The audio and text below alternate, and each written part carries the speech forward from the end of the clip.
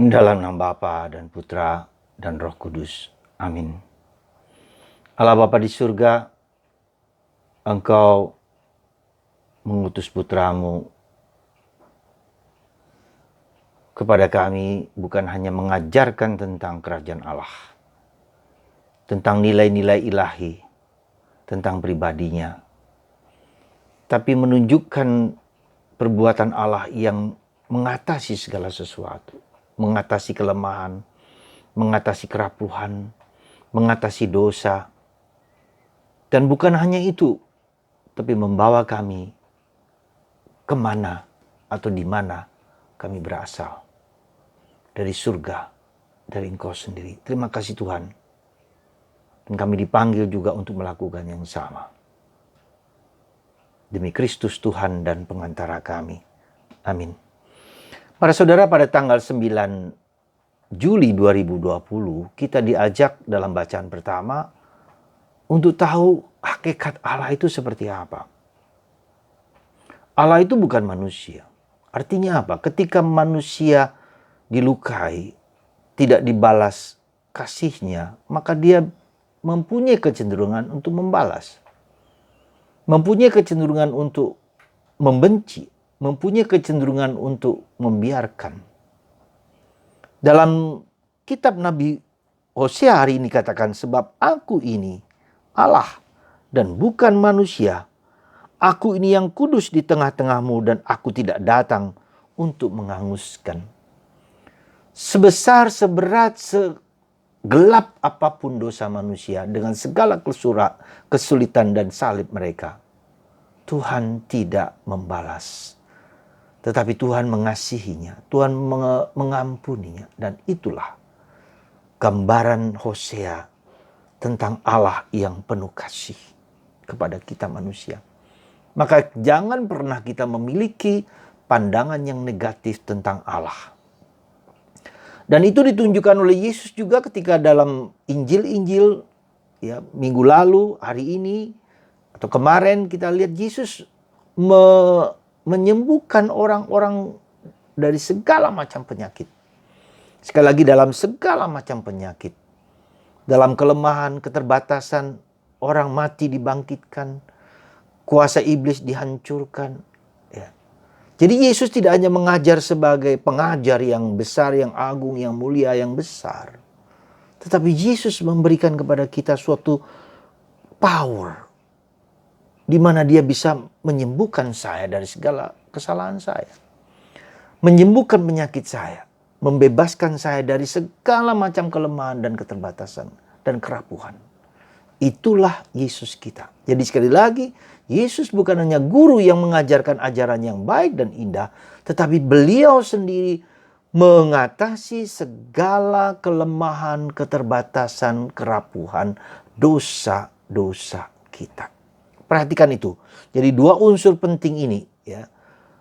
Pengajaran Yesus yang luar biasa, agung dan mulia tentang cinta kasih, tetapi dia sendiri membuat berbagai macam mujizat-mujizat yang tak dapat dan tak mampu dilakukan oleh manusia.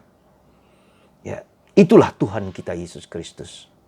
Nah, saudaraku yang terkasih dalam Kristus, tetapi kita Yesus juga mau mengatakan bahwa penyembuhan dari segala macam penyakit, pengusiran setan, itu bukan segala-galanya. Tidak boleh kita mengatakan segala-galanya. Artinya bahwa Yesus mau mengajak kita untuk lebih tinggi daripada itu. Mungkin kita punya sakit yang lama. Mungkin punya penderitaan yang lama. Tapi iman kita tuh harus mengatasi sakit itu. Ya, untuk mengatasi penderitaan itu ada sesuatu go beyond the suffering, the cross of our life. Ya, itulah yang kita sebut dengan iman. Ya. Iman itu mengatasi kesalahan saya, kelemahan saya, keberdosaan saya, bahwa saya meskipun dalam situasi yang demikian tetap percaya bahwa Yesus mencintai, mengasihi aku. Nah, jadi kita jangan terpaku pada sembuh atau tidak sembuh. Ya, disembuhkan atau tidak. Bukan itu yang paling utama. Karena kalau dengan demikian kita lihat, begitu banyak orang yang diberi mujizat pada zaman Yesus. Melipat gandakan makanan. menyembuhkan orang sakit, membangkitkan orang mati, dan orang melihat itu. Tetapi tidak berarti orang itu bertobat, percaya bahwa Yesus adalah Tuhan, belum tentu. Bahkan kalau mau jujur dikatakan, salah seorang murid Yesus pun gagal memahami itu. Dan Yesus dalam Injil Markus berkali-kali mengatakan para murid gagal mengerti, memahami ajaran, tetapi perbuatan dan karya Yesus. Maka kita harus beranjak lebih tinggi, mohon supaya kita mohon supaya kita dibebaskan dari berbagai macam sakit, belenggu dan segala macam. Tetapi kita diajak untuk naik ke atas. Inilah yang kita sebut dengan penyerahan. Inilah yang kita sebut dengan iman. Ya. Seandainya saya tetap sakit, tapi saya tetap beriman dan percaya bahwa Tuhan berbelas kasih dan menjanjikan kepada saya iman itu kehidupan surgawi. Maka kita diminta, meskipun mungkin kita tidak disembuhkan, tidak apa-apa, tapi diminta untuk bertobat.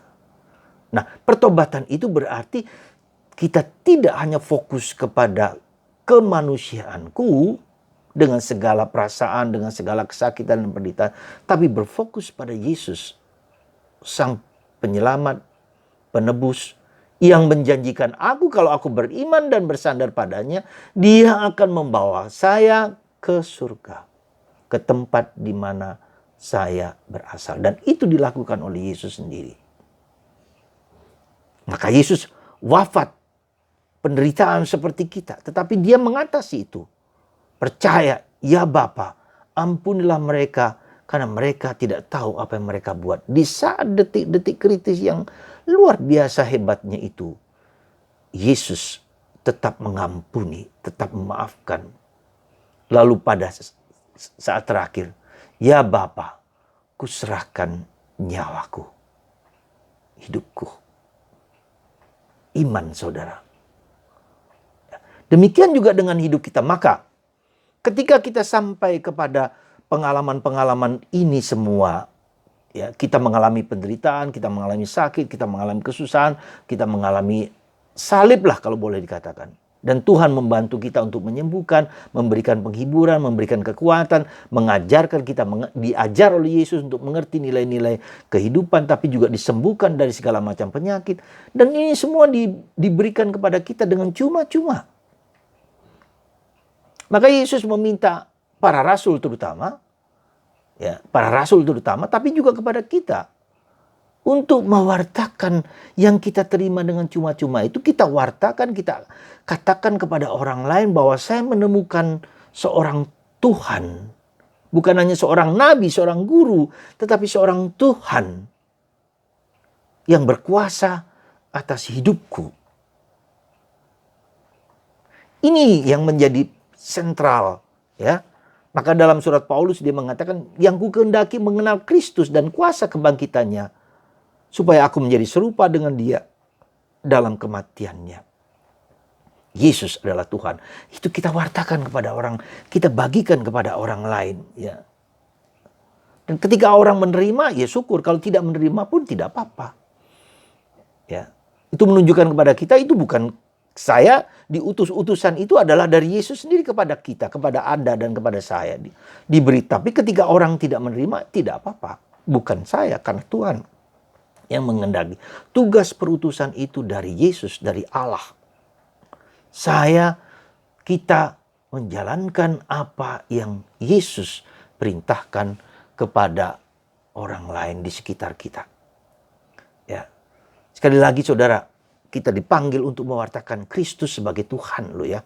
Jangan hanya sebagai guru, sebagai orang baik, mengajarkan pengajaran yang baik. Tidak cukup hanya itu. Saya katakan tidak cukup diwartakan kebaikan Yesus, benar.